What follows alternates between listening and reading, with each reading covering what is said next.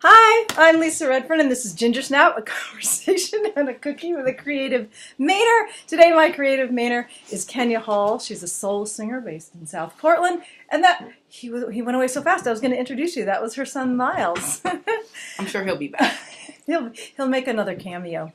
So this is episode 80. I'm very excited to be interviewing you. I got to meet Kenya when we were doing a songwriting program at 317 Main in Yarmouth. That was a blast. It was. I can't wait to do it again. I know, yeah. And we're going to, right? Yeah. Yes. Woohoo! So you moved from Ohio to Maine. I did. And you've pretty much been singing your whole life, right?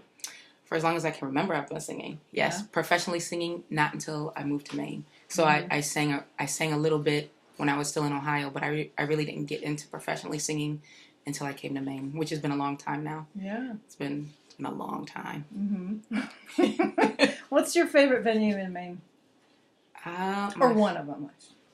One of my favorite venues in Maine is actually Slate's in Hollowell. Mm-hmm. That's one of my favorite places to play because everybody who comes there, they're coming to hear what you're doing. Yeah. They're coming to... They hear the words you said. They laugh at the jokes you say. You know, mm-hmm. they're really into it. And that's probably one of my favorite places in Maine to play. Yeah. And we just had a show there. I know. And we were totally planning on coming. And then the day of, I called and they were like, wah, wah, you really should call. But I saw the video mm-hmm. after. Yeah. It was fun. It was great. You had a packed house. That's so great. So, do you know your first word? My first word ever spoke? And if you don't, what do you think it might have been? It was probably mom. It was probably mom or mama because I'm sure my mom was, completely prompting that forever. Yeah. Say it! Yeah. I was her first daughter, her little baby, so I'm sure mommy was my first. That's a safe bet. Well, in my baby book it says cookie, so that's why we're having cookies. Well, that's not the only reason. So these are feel free. These are the ginger molasses from Rosemont. Oh, yeah, wow. It smells so good. It's before dinner, so I'm just gonna have a little bit. They're chewy. They're really chewy. Mm-hmm. These are I have to say, these ginger molasses and the ginger snaps from May's Bakery, Cafe and Bakery in Bath. So far, correct me if I'm wrong, people. Oh my! So far are the chewiest, most delicious ginger molasses cookies I have found. And I am now an expert on cookies in Maine. I bet. As far as ginger snaps go, what I like least about them is like the super molasses taste. Like when they put too much, that's perfect. And isn't that nice? Yeah, there's nothing too much. That's a nice combo. Another piece. Nice job, Rosemont. Mm-hmm. There you go, Rosemont. All right, when you were a kid or an adolescent, did your family or did you have a really cool car that if you could get back, you would? No, we had no cool cars. We had absolutely no cool cars. No, I take that back. My dad had these two amazing green Lincolns. That's a cool car. It was a super cool car. That's why I take it back. That's the only one that was like super cool. Mm-hmm. And for whatever reason, that's super far back in my memory that he had the two. I don't know why he had the two, but I know there was one, and he had one, and he drove it everywhere. Mm-hmm. I remember the smell of the interior. Mm-hmm. I remember the look of the interior. I remember the songs that always played in there, and he always listened to 93.1, which was a Cleveland station. Yeah. And there was a certain song that always came on. Like, I remember all of that in there. He had that car all the way up until my sister and I crashed it. And we were... and it wasn't... And he still drove it around. It wasn't crashed bad, but it was a long time ago when car laws were way different. Uh-huh. Mm-hmm. Kids were bouncing all around. All around. Mm-hmm. And we were in the car for a split second on our own. And my sister put it in gear, and we started to drive out into the traffic. Oh my god! But this huge sign that was sitting there, we ran into that, so it smashed the side of the car. But like that was my lord. Yeah, I'm sure to this day, not to this day, but I'm sure my dad was never more shook. He just came out and just grabbed us and he didn't even care about the car, and we were just like, oh my god, we just crashed Dad's car. We were little. I think over the 2 years or more that I've asked this question, a good half of the people have had, like, they bring up the card and then they go, until, there's always like, until mom backed it into the elm tree, or until my brother took it out on, there are so many crash stories having to do with the cool car in the family. Mm-hmm. It's pretty funny. Okay, books are a favorite subject of mine. Do you have a book or two that you have recommended a lot in your life or recently? I do not have any books that I have recommended recently. I'm not a huge book reader. I wish I had more time to read books. That guy has all the time in the world to read books. But a couple of books that stick out to me. Mm-hmm. The Coldest Winter Ever by Sojourner Truth. Mm. That was one that I read over and over again. Mm. Another one I read over and over again was The Color Purple. I loved it. Man, did I love that book. Mm. There's so many parts of that book that still stick with me, even way before the movie, because like the movie, or it's not way before, I just read the book before the movie. Mm. And there's so much of all of that still sticks with me, that I take with me a lot. I just had a conversation about The Color Purple with someone, and the difference between the art forms of the book and the movie in general, and that one in specific, because I loved the book so much that when I went to the movie, I was so moved by the book that I wasn't as moved by the movie, because it just felt, there was something, it was just, I was so married to the book, and that happens a lot, but, and sometimes it happens the other way around, and you think, wow, they really pulled the message out of this movie in a better way than the book did. That's rare, but and I had the conversation with a friend who was like, "What are you talking about? I never read the book, but oh my gosh!" She didn't even want to talk about it because it was like a sacred cow, and she said, "I can't talk about the Color Purple movie if you feel that way about it, you know." And I was like, "But I'm telling you how much I love the book." And when I met Alice Walker's daughter, no way, yeah, and she came to speak, and she had just written a book that I loved that now I can't think of the name of. And I told her the story about, and she said, I have met a lot of people who loved the book so much that the movie was hard for them too. The movie wasn't hard for me. Mm. I think I might have only read the book once or twice before the movie, mm-hmm. So I didn't dislike it. I really, I'm a huge fan of seeing who they picked for. You were able to separate the art forms. How Celie was in my head as compared to how she was on screen. I like seeing that and all the differences, and I understood why just some of the backstory couldn't have been translated in there at that time. Right. So I didn't dislike it. I actually really liked it, and I watched the movie a good amount of times. I learned all the Suge Avery songs. Oh my gosh, the music and gosh. The music was very moving to me. That is, it was so good. Absolutely, yeah. Oh, I should. Okay, now you make me want to see it again. So, segueing to music, do you have an album that in your life or two, or a song or two that you have come back to again and again as sort of a touchstone for you? Songs that come back and forth.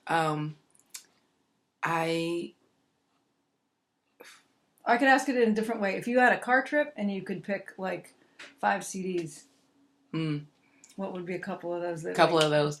One of the ones I just rediscovered just the other day, actually, that I forgot how much I loved was, there's a rapper named Common, and there's an album called like Water for Chocolate. Mm-hmm.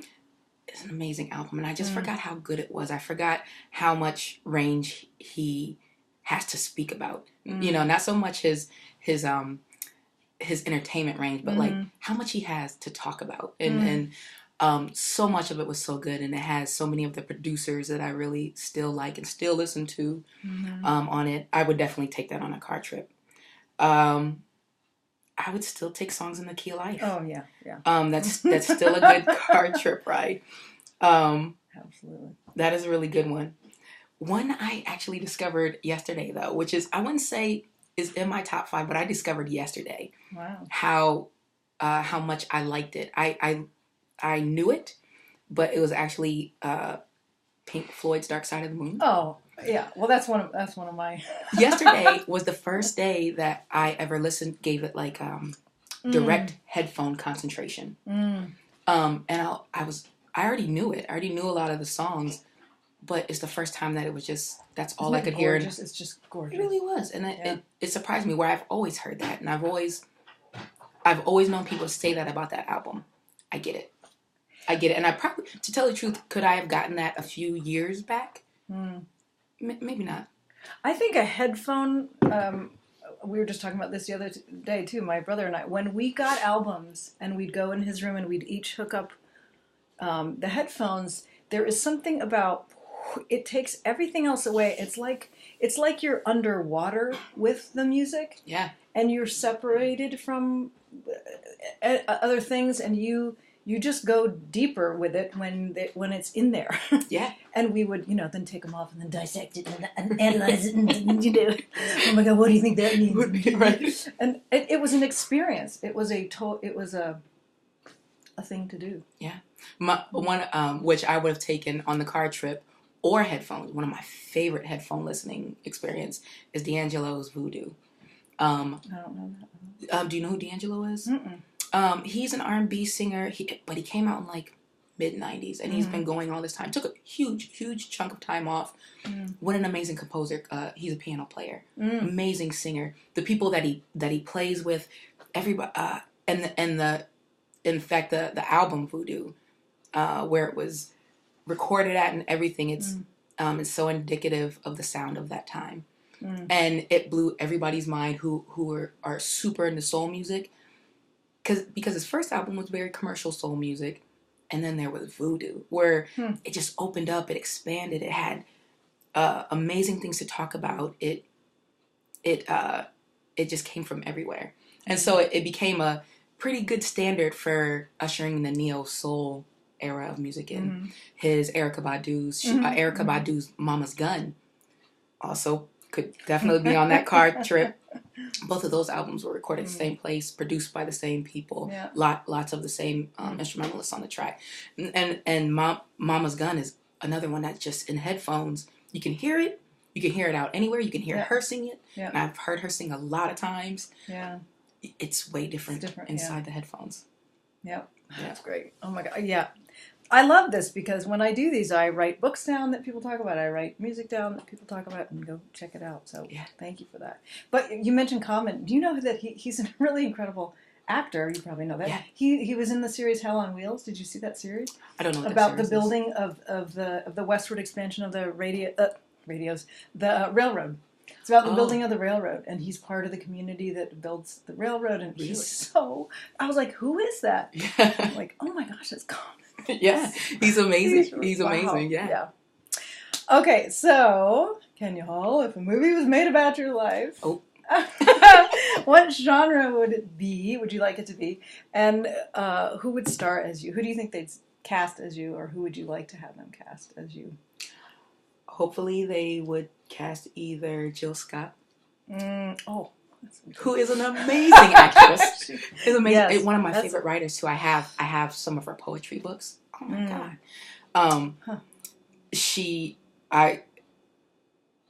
So Jill Scott or Halle Berry. I'm pretty sure they would cast Halle Berry as me. That's a good combination. Wow. And or just you could do it. I could do it. Maybe I could do it. They would be like, "Who's this girl playing this woman?" It would probably be. I would want it to be a blaxploitation film, but I know that's not what it would be because I've lived none of that life. I've never had to dress up like a nurse and fight crime. Nothing that Pam Grier has done, but I would like it to be. It can be whatever you want. In Gingersnap, you can have whatever you want. Then I definitely fantasy. I definitely wanted to be a blaxploitation film. I want Roy Ayers to film the score for it. He did a lot of Pam Grier's movies. Okay. He's a vibes player. Again, amazing musician who has worked with Erykah Badu and Common and a lot of the newer soul people. He's an amazing musician. He's that sound of 70s funk and 70s jazz funk Roy Ayers is where it's at. Yes, you should listen to Roy okay, Ayers. I got some homework. Yes. I got some homework to do. All right, so where can people get a hold of you and find out where you're playing next? And feel free to tell everybody where you are playing next and singing next. Where I am playing next is at the Empire on Congress Street. Nice. And that'll be March 31st. Depending on when this show airs. It'll be tomorrow morning. Oh, tomorrow morning? Yeah. There's a couple, there's actually, Sanana. I play at Sanana. I'm going to be sitting in with Scotia. It's a new music festival that they've been doing at Thompson's Point. Oh, okay. I'm not sure if this is the second or the third year. But Sanana is in, I know it's in Iceland. It's in another country too. And so, and here. So it's not a huge festival, and they're like traveling around trying to make this bigger. So I play that on Friday, cool. And I just sit in with this band Scotia. They're going to play one of my originals. I'm going to sing one of their originals as a collaboration. I've never played with them before until this time. And Empire, I have a new website.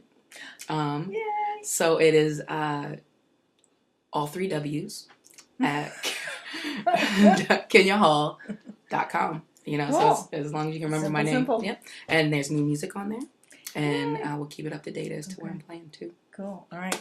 Thank you so much. Yeah, you've been Gingersnapped. Thank you. How do you feel? I feel great. I feel good about this cookie. I feel good about what I know, right?